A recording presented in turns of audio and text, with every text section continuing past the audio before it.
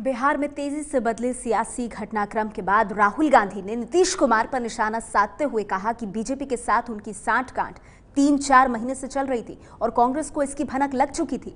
राहुल गांधी भले ही 3-4 महीने की बात कह रहे हों, लेकिन हकीकत यही है कि करीब 1 साल से बीजेपी और नीतीश कुमार के रिश्ते में काफी सुधार आया था। बीजेपी और नीतीश कुमार के नए रिश्ते की कहानी तस्वीरों की जुबानी। नीतीश कुमार और उनके डिप्टी सुशील मोदी दोनों के चेहरे चमक रहे हैं, लेकिन थोड़ा पीछे मुड़कर देखें तो इस नए रिश्ते की शुरुआत तो करीब 1 साल पहले ही हो गई थी। पिछले साल सितंबर महीने में जब भारतीय सेना ने पाकिस्तान के खिलाफ सर्जिकल स्ट्राइक किया था, तब तमाम विपक्षी दलों ने मोदी सरकार पर सवाल उठाए थे, लेकिन नीतीश कुमार सर्जिकल स्ट्राइक के मुद्दे पर मोदी सरकार के साथ खड़े रहे। अब देश पर अगर कोई खतरा आएगा रहेगा, हम सब एकजुट होकर केंद्र के साथ रहेंगे, देश की सेना के साथ रहेंगे। मोदी सरकार के नोटबंदी के फैसले के खिलाफ पूरे विपक्ष ने मोर्चा खोल दिया था, लेकिन नीतीश कुमार ने नोटबंदी के मुद्दे पर केंद्र सरकार की जमकर तारीफ की थी।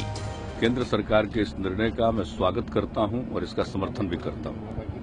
शुरुआती दौर में लोगों को थोड़ी परेशानी होगी, है स्वाभाविक है, लेकिन कुल मिलाकर इसका लाभ ही होगा देश की अर्थव्यवस्था को। मेरी ऐसी समझ है और मेरी ऐसी मान्यता है, इसलिए मैं इसका स्वागत करता हूं और इसका समर्थन भी करता हूं।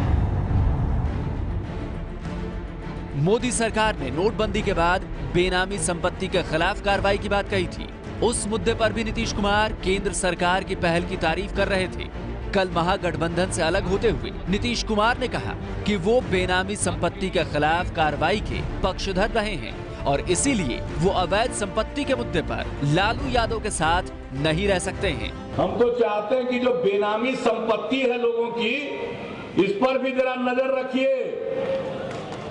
ये 2 नंबर की कमाई करके बेनामी संपत्ति लोग जो अर्जित करते हैं, उस बेनामी संपत्ति पर भी हमला जल्दी से जल्दी केंद्र सरकार को करना चाहिए।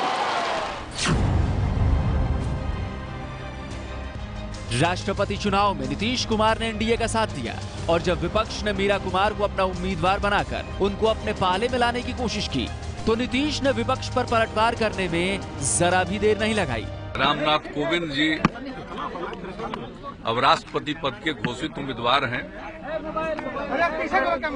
हमारे बिहार के राज्यपाल के रूप में उन्होंने बहुत ही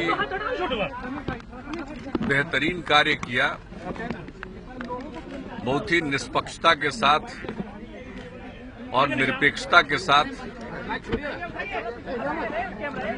संविधान के अनुरूप उन्होंने कार्य किया, अपने पद की गरिमा का हमेशा ख्याल रखा और राज्य सरकार के साथ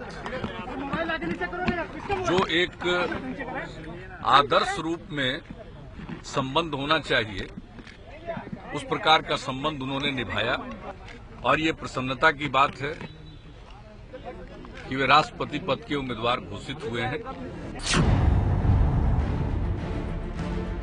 राष्ट्रपति चुनाव के समय एक तरफ सोनिया गांधी विपक्षी दलों के साथ राय मशविरा कर रही थी, दूसरी तरफ नीतीश कुमार उस बैठक से गैर हाजिर रहकर पीएम मोदी और मॉरिशस के प्रधानमंत्री के साथ लंच कर रहे थे। जीएसटी के मुद्दे पर मोदी सरकार ने 30 जून की रात को संसद में जो विशेष अधिवेशन रखा था, उसमें नीतीश कुमार शामिल हुए थे, जबकि कांग्रेस सहित कई दलों ने आधी रात के कार्यक्रम का बहिष्कार किया था। नीतीश कुमार जीएसटी के लिए कई बार केंद्र सरकार की तारीफ कर चुके हैं और उनकी राय में जीएसटी से विकास की गति तेज होगी। जीएसटी के हिमायती हैं और प्रारंभ से हम लोग हिमायती रहे। इसको हम उचित समझते हैं, देश के हित में है, राज्य के हित में हम जीएसटी के हिमायती हैं और हमारी पार्टी पूरे तौर पर जीएसटी के समर्थन में।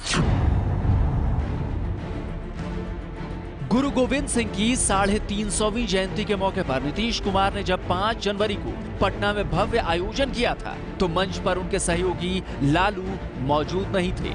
नीतीश कुमार के साथ मंच पर मौजूद रहे पीएम मोदी। नीतीश कुमार ने पीएम के स्वागत में कोई कोर कसर नहीं छोड़ी, तो जवाब में पीएम ने भी नीतीश की तारीफ करने में कोई कमी नहीं की। पटना के इसी मंच से पीएम मोदी ने नीतीश कुमार के शराबबंदी के फैसले की जमकर तारीफ की थी।